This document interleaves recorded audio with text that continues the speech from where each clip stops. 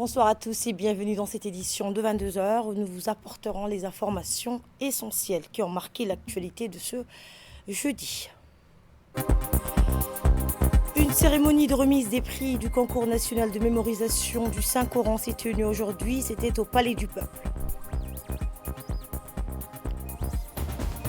Et nous ferons également le point sur ce sommet tripartite Égypte, Chypre et Grèce, avec les discussions diplomatiques sur la situation à Gaza et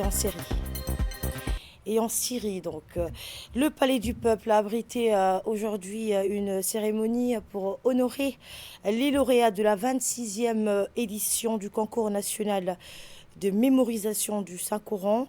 L'événement s'est déroulé dans une ambiance empreinte de foi et d'excellence, sous le haut patronage du ministre des Affaires musulmanes et des Biens Warf, Momin Hassan Baré, en présence des ministres de l'Intérieur et du Budget, ainsi que de nombreux prédicateurs et hauts responsables du ministère. Des dizaines de candidats, hommes et femmes, ayant rivalisé pour les premières places de cette compétition coranique, ont également participé à cette cérémonie. Les invités ont suivi une présentation audiovisuelle mettant en lumière les efforts du ministère des Affaires musulmanes et des Biens Warf pour promouvoir le livre saint, notamment à travers l'organisation du concours coranique et l'enseignement du Coran aux enfants via Internet grâce au studio de l'Institut Al-Wasatiyah et de la culture de la paix. Le cheikh Anwar Ali, membre du jury, a prononcé un discours bref. Il a salué les performances remarquables des candidats, répartis en 3 catégories: mémorisation complète du Saint-Coran, mémorisation de 20 parties et mémorisation de 10 parties.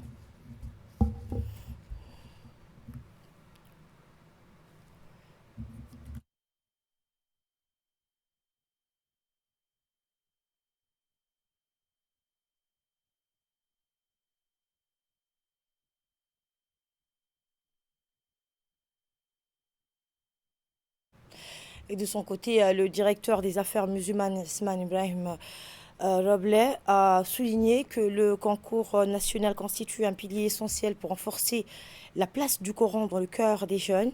Il a également mis en avant le rôle de cette compétition dans la promotion des valeurs religieuses authentiques et le renforcement des liens spirituels au sein de la communauté.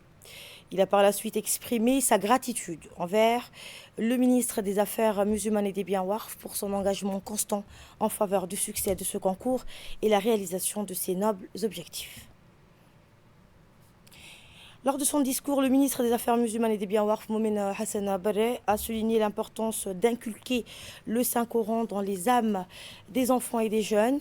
Il a affirmé que le studio d'enseignement du Coran pour les enfants et les jeunes situé à l'Institut Al-Wasatiyah représente une initiative pionnière du ministère offrant de nouvelles perspectives pour l'enseignement du Coran en ligne. Le ministre a également évoqué le rôle central des imams dans la diffusion et l'enseignement du Coran, insistant sur la valeur de la mémorisation du livre saint pour la construction des individus et des communautés. En conclusion, le ministre a adressé un message de reconnaissance aux jeunes mémorisateurs, les incitant à adhérer à l'islam modéré, fondé sur la justice et la tolérance, afin qu'ils deviennent des modèles inspirants pour leur nation et leur société. Et la cérémonie s'est achevée par la remise des prix aux lauréats de cette 26e édition. Cet événement annuel d'envergure nationale permet aux mémorisateurs de démontrer leur talent et de se qualifier pour le grand concours régional, le prix du chef de l'État, organisé donc chaque Ramadan pour le ministère. Ainsi, une nouvelle page glorieuse de l'histoire du concours national de mémorisation du Saint-Coran s'est tournée, perpétuant une tradition annuelle de compétition loyale, de célébration de l'excellence et de valorisation du livre saint. Le président de la République, Ismaël Omar Guelleh, a annoncé le lancement de la Semaine nationale du patrimoine, soulignant l'importance de préserver l'identité culturelle de Djibouti face à la mondialisation en numérisant les archives nationales et en rendant le patrimoine plus accessible au public. La suite avec ce magazine de la rédaction, regardez. La rentrée politique de cette année s'est ouverte sous les signes de l'ambition et de la réflexion avec des annonces significatives du président de la République. Dans un discours solennel, il a évoqué les priorités de son gouvernement, mettant l'accent sur la nécessité de renforcer l'identité nationale et de préserver le patrimoine culturel. Le choix de lancer cette initiative durant la rentrée politique n'était pas anodin. À une époque où la mondialisation tend à uniformiser les cultures, le président a souligné l'importance de se recentrer sur les racines culturelles de Djibouti. La préservation de notre patrimoine est essentielle pour construire une identité forte et résiliente. Aujourd'hui, la globalisation qui s'offre à nous apporte certes des bénéfices à nos populations, mais sape aussi nos fondements et notre identité nationale, qui sont aujourd'hui mis à l'épreuve.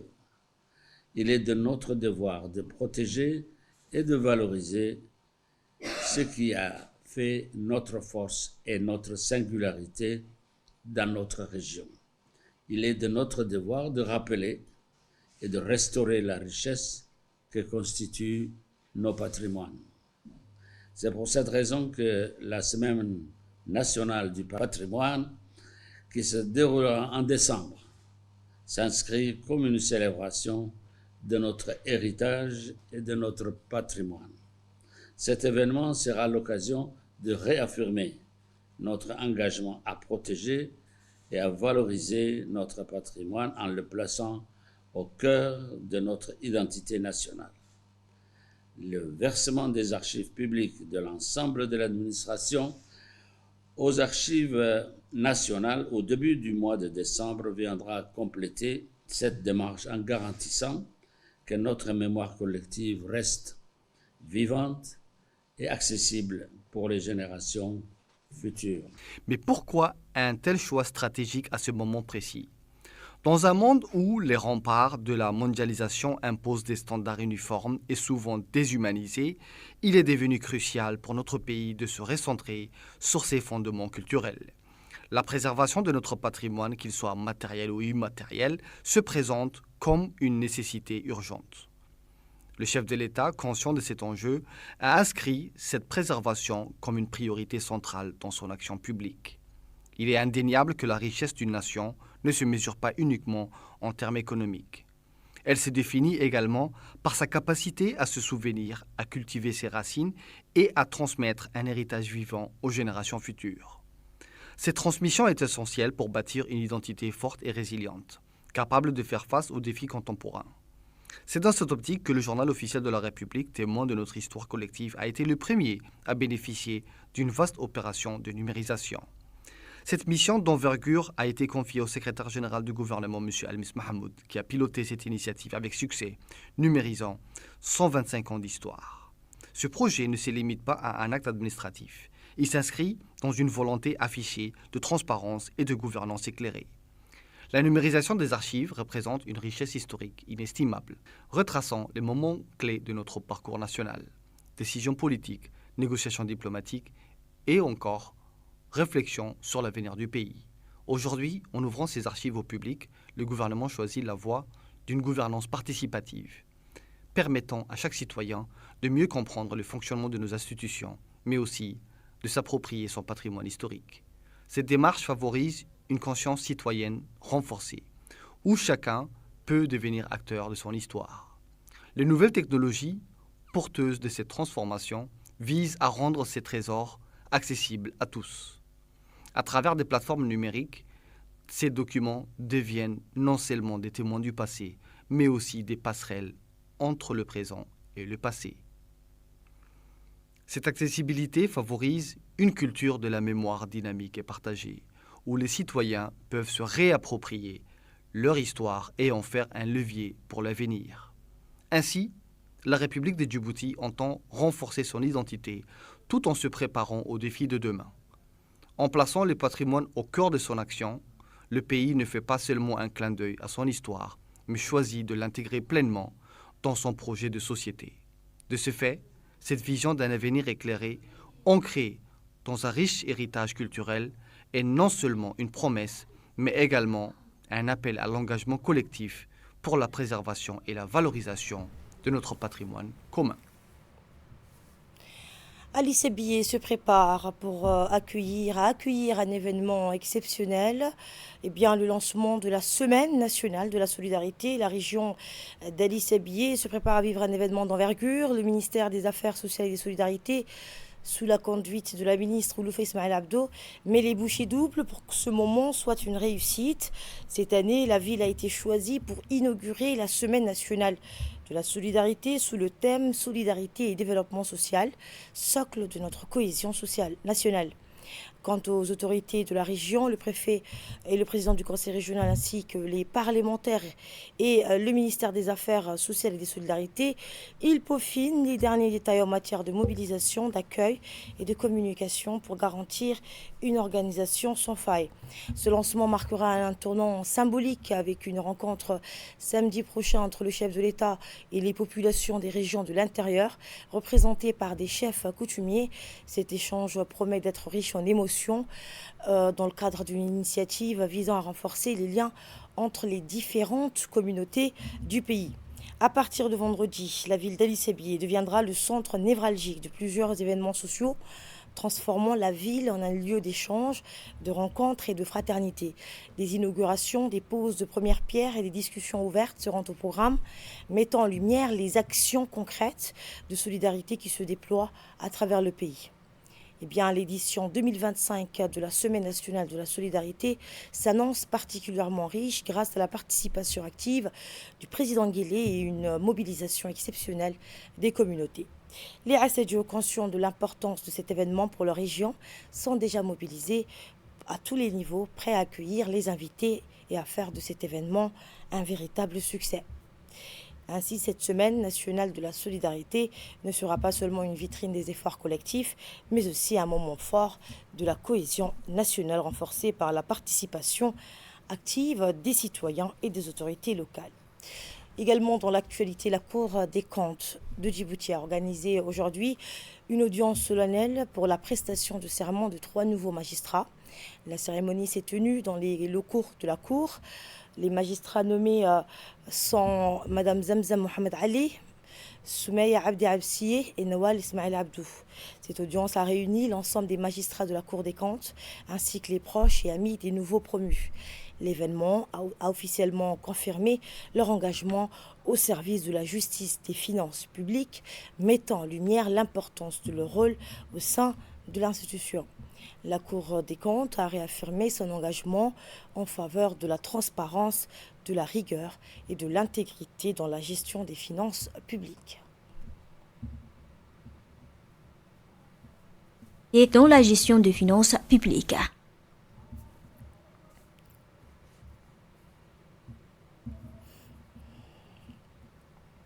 Et dans son discours, la procureure générale près de la Cour des comptes, Madiba Ismaël Aouled, a insisté sur le caractère exigeant de la fonction de magistrat. On l'écoute.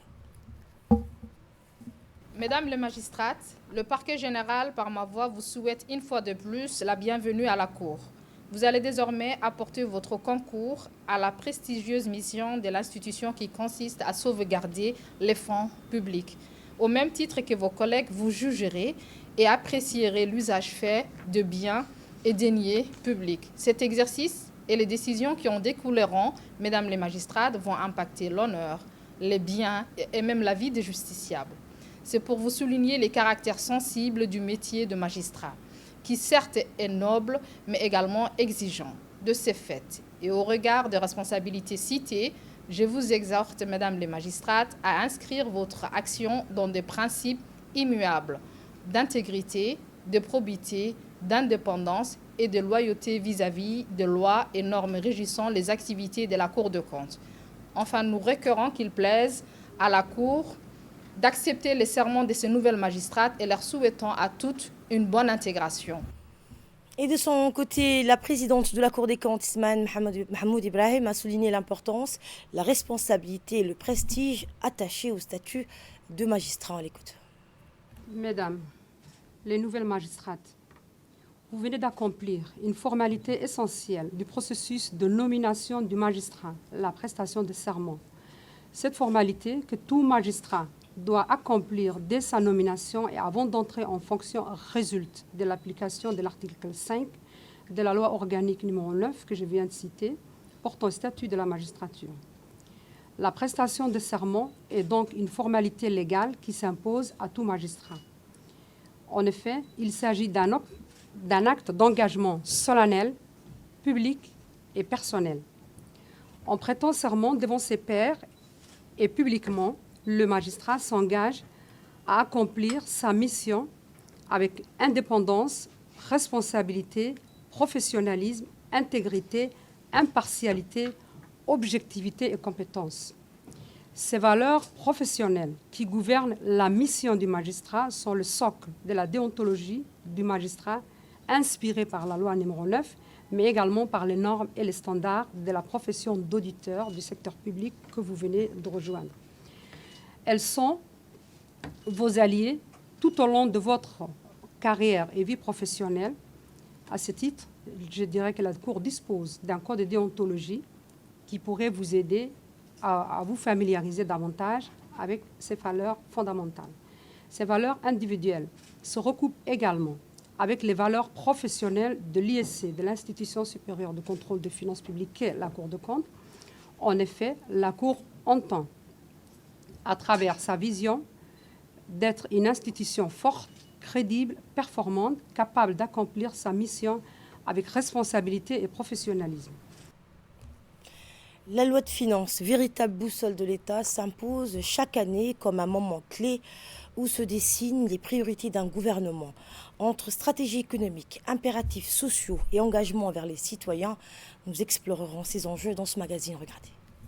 Chaque année, la loi des finances s'impose comme un rituel solennel dans l'agenda politique, un miroir des ambitions du gouvernement face au tumulte de l'économie et aux inspirations sociales. Bien plus qu'un simple exercice comptable, elle est une déclaration d'intention, un manifeste budgétaire qui façonne le destin collectif de la nation. La loi des finances, c'est un peu comme le théâtre où s'exposent les priorités de l'exécutif. Derrière ces colonnes de chiffres, elles traduisent une vision, une stratégie pour l'année à venir. C'est ici que se dessinent les contours des grandes orientations nationales, où investir, où économiser et comment maintenir cet équilibre fragile entre rigueur et ambition. Santé, éducation, défense, transition écologique, autant de chapitres d'un récit budgétaire qui révèle les valeurs et les engagements du gouvernement. Le processus d'élaboration de cette loi n'est pas un acte isolé, mais un dialogue, parfois houleux, entre l'exécutif et le Parlement. Dans cette arène, chaque amendement, chaque prise de parole éclaire les tensions et les inspirations qui animent les représentants de la nation. Trouver le juste équilibre entre les impératifs de la discipline budgétaire et les attentes des citoyens devient un exercice d'équilibrisme politique où chaque décision est scrutée et débattue. Face à l'imprévisibilité des temps, la loi des finances rectificatives se présente comme un outil de résilience. Ajuster les voiles en cours de route, réagir aux imprévus économiques ou sociaux, c'est là tout l'art de cet instrument. Il témoigne d'une gouvernance capable de s'adapter sans perdre de vue l'essentiel, la responsabilité et la transparence dans la gestion des fonds publics. La loi des finances est aussi un acte de pédagogie démocratique. Elle ouvre les livres de l'État aux citoyens, leur offrant une vue d'ensemble sur la manière dont les contributions sont utilisées. Au-delà des chiffres, la loi des finances est un témoignage vivant des choix d'une nation. Elle incarne les défis d'aujourd'hui et les espoirs de demain. Un instrument où se croisent la raison et l'émotion, la stratégie et la responsabilité. Ainsi, la loi des finances, dans toute sa technicité, demeure une œuvre politique et économique majeure, une partition complexe où chaque note résonne des enjeux d'une société en quête d'équité et de progrès. La brigade mobile du LANA, après une mission de contrôle à Tadjoura, s'est rendue cette fois au BOC pour évaluer la conformité des derniers denrées alimentaires et saluer l'expertise locale dans ce domaine crucial. En bref et en image, dans le cadre de sa mission de travail dans les localités rurales après son passage à Alili Dada, le préfet de la région de Boc, Moussa Aden Miguene, s'est rendu mardi dans la localité de Andoli, située à 120 km du fief-lieu de Boc, accompagné du vice-président du conseil régional, Ahmed Ali Mohamed, du lieutenant-colonel Ilyas Youssouf Omar, chef de corps donc, de la RIAO, du responsable adjoint du service régional de l'éducation, ainsi que de ses principaux collaborateurs. Le préfet a été chaleureusement accueilli sur place. À son arrivée, il a été reçu par le sous-préfet de Alaili Dada, Mohamed Ali Omar, le chef du village, et la communauté donc d'Andoli. Objectif, rapprocher l'administration préfectorale des administrés et de constater sur place les besoins prioritaires des communautés rurales. La rencontre a eu lieu sous l'arbre à palabres du village où une séance a débuté par un discours de bienvenue prononcé par le représentant du chef de village. Ensuite, d'autres chefs coutumiers ainsi que des représentants des jeunes et des femmes ont exposé leurs préoccupations et besoins auprès du préfet. À son tour, le préfet Moussa Aden Biguéné a remercié chaleureusement les habitants de cette localité pour leur accueil. Et après cette réunion, le préfet a visité les infrastructures publiques existantes, en particulier l'école, pour témoigner de son engagement auprès de la population. Et vous le voyez à l'image, la journée s'est clôturée par une distribution de biens essentiels, comprenant des bidons d'eau, des semences agricoles, des vêtements neufs pour enfants, ainsi que des kits pour bébés, incluant des biberons, des vêtements et des pommades de soie. Écoutons un extrait du mot du préfet de la ville de Dikil. Leilou, aujourd'hui nous sommes à Andoli, toujours dans la sous-préfecture de Alaili Dada. C'est surtout pour voir, pour se concerter avec la population, faire un bilan de ce qu'on a réalisé et préparer nos perspectives pour l'année prochaine. Donc nous avons déjà noté les doléances de Leilou. Et aujourd'hui, il y a Andoli. Le plus important à Andoli, comme on a pu constater aujourd'hui, et selon les doléances, la principale doléance de la population, c'est un poste de santé. Inch'Allah, ça aussi, nous allons nous battre pour avoir un poste de santé à Andoli. Inch'Allah, les jardins sont en route. Nous avons réalisé donc l'éclairage. Nous avons aussi assaini l'eau avec donc le réservoir, le forage au solaire et surtout les canalisations pour la distribution de l'eau avec la fontaine publique. Salam alaikum wa rahmatullah. C'était le mot donc du préfet de la ville de Bok, M. Moussa Aden Biguéné. A dit qu'il, cette fois, dans le cadre de la campagne de distribution des moustiquaires imprégnés, d'insecticides à longue durée d'action, le ministère de la Santé a récemment déployé un important lot de ces moustiquaires dans la ville. À cette occasion, le préfet de la région, le vice-président du conseil régional et le médecin-chef ont réceptionné ce lot crucial en présence des autorités locales. Il est important de souligner que la distribution des moustiquaires imprégnés d'insecticides représente une mesure préventive efficace contre le paludisme en facilitant l'accès à ces moustiquaires, en particulier dans des régions à risque comme Dikil. Cette initiative vise à réduire considérablement l'incidence de cette maladie.